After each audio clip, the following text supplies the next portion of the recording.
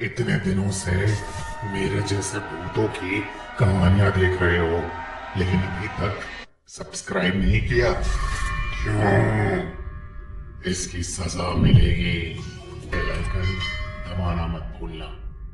Haunted Gwalior fort. Madhu Delhi में रहने वाली 23 साल की एक रिसेप्शनिस्ट थी। वैसे तो वो ग्वालियर से थी, मगर करीब 15 सालों से वो अपनी माँ के साथ दिल्ली में ही रह रही थी। मधु के पापा ग्वालियर में रहते थे। कई बार बुलाने के बावजूद भी उनके पापा पिछले 15 साल से मधु से मिलने नहीं आए थे। मधु की माँ अक्सर ग्वालियर जाती थी, लेकिन वो कुछ ना कुछ बहाना करके हमेशा ही मधु को ग्वालियर जाने के लिए मना कर देती थी। और इसलिए मधु अपने माँ बाप दोनों से बेहद नाराज रहती थी।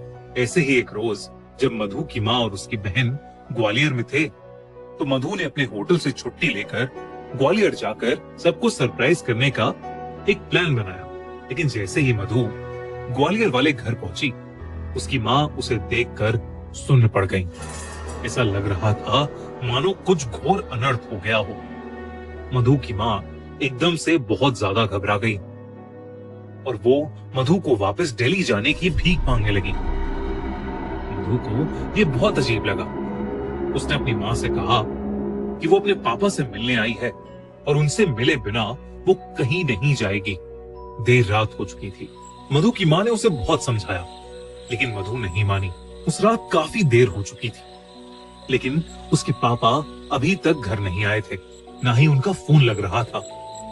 मधु की माँ बहुत ज्यादा परेशान हो गई थी और वो अभी भी बार बार मधु से वापस जाने की विनती कर रही थी। अपनी माँ की ऐसी बातें सुनकर मधु का दिल टूट गया था।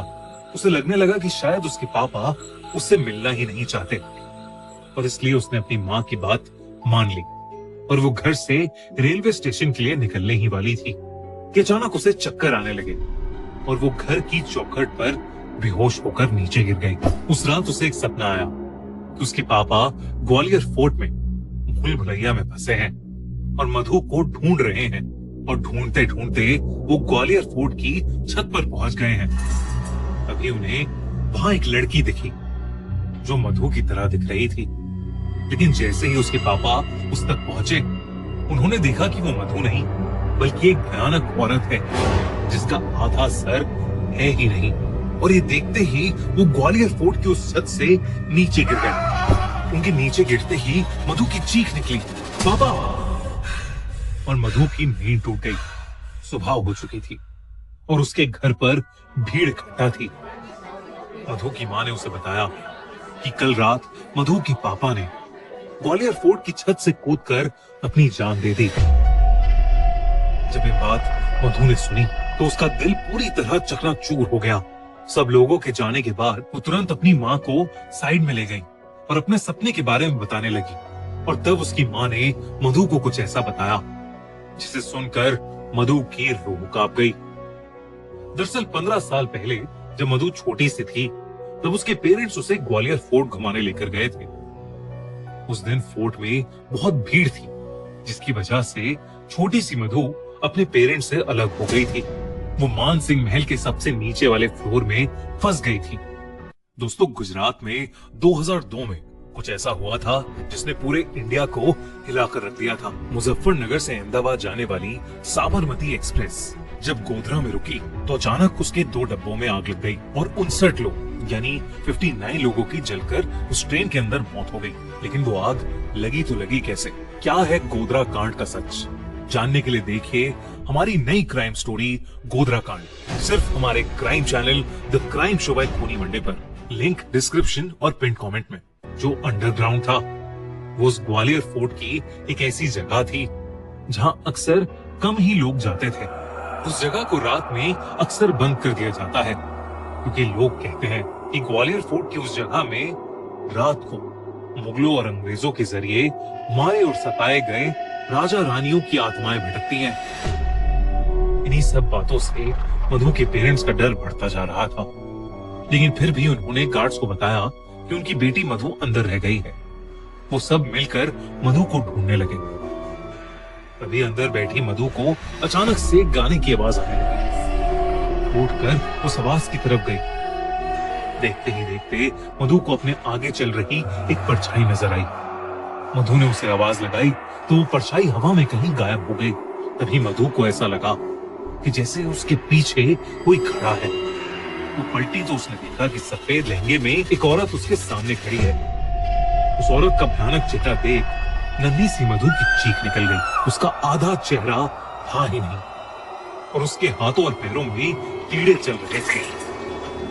ये देखकर मधु बहुत ज्यादा डर गई और भागकर किसी कमरे में घुस गई। उसने दरवाजा अंदर से लॉक कर लिया और जोरों से रोने लगी। तभी उसे दीवार खुरचने की आवाज आई और उसने देखा कि वही औरत उस कमरे के कोने में बैठी दीवार पे कुछ मंत्र लिख रही है। उसके हाथ में सफेद रंग का पाउडर है। मधु उसे देखकर वहीं जम गई। तभी उस औरत ने अपना चेहरा धीरे से पलटा और मधु की तरफ रेंगती हुई आने लगी। उसने मधु की आंखों में झांका और उसके माथे पर वो व्हाइट पाउडर लगा दिया। मधु को तभी चक्कर आने लगे और वो वहीं बेहोश हो गई। अगली सुबह मधु का बेहोश शरीर अपने आप उसी पॉइंट से मिला जहां से उसके पापा ने छलांग लगाई थी। इसके बाद मधु उठी ही नहीं।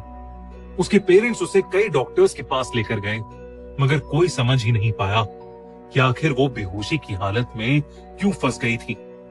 उसकी सांसें तो चल रही थीं, लेकिन वो अपनी आंखें खोल ही नहीं पा रही थी। ऐसा लग रहा था कि जैसे वो कोमा में चली गई हो। तब मधु की माँ एक पंडित को बुला के लाई, जिन्होंने मधु को देखते ही बता दिया कि मधु को महल की एक मरी हुई रानी की दासी का श्राप लग गया है, जिसकी आत्मा वहां अपने मौत का बदला लेने के लिए भटक रही है। उन्होंने बताया कि मधु के अंदर एक शैतान वास करने लगा है और वो धीरे धीरे मधु की जान ले लेगा। मधु के पापा उसे बहुत प्यार करते थे और वो कुछ भी करके अपनी बेटी को बचाना चाहते थे। उन्होंने उस पंडित से कोई ना कोई हल निकालने की विनती की। उन्होंने कहा कि मधु के अंदर की शैतानी आत्मा के प्रभाव से बचने के लिए किसी को मधु के बदले अपनी बलि देनी होगी, जिसमें उस इंसान को उस आत्मा की गुलामी करनी होगी, जिसमें शायद उनकी जान भी चली जाए।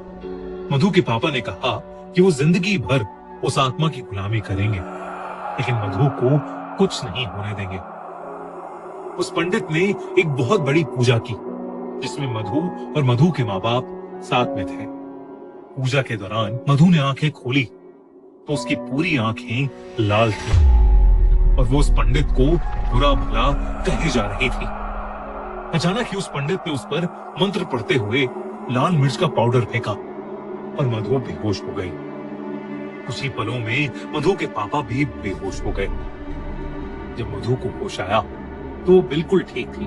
पंडित ने बोला कि मधु को ग्वालियर से जितना दूर हो सके ले जाओ, और इसलिए मधु की माँ उसे लेकर दिल्ली चली गई, क्योंकि उसके पापा अब उस शैतानी आत्मा के गुलाम थे, इसलिए वो ग्वालियर छोड़कर नहीं जा सकते थे। मधु के जाने के बाद उस आत्मा का श्राप उसके पापा पर चढ़ने लगा। उसके पापा की जॉब चली गई और वो बहुत बीमार रहने लगे।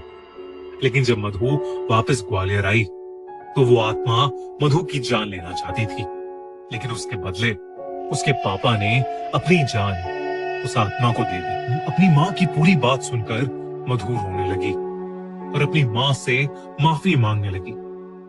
मधु की माँ को उस पर तरस आ गया और उन्होंने अपनी बेटी को गले लगा लिया। उन्होंने मधु को बताया कि उसके पापा उससे बहुत प्यार करते थे और किसी भी हालत में उसे प्रोटेक्ट करके रखना चाहते थे।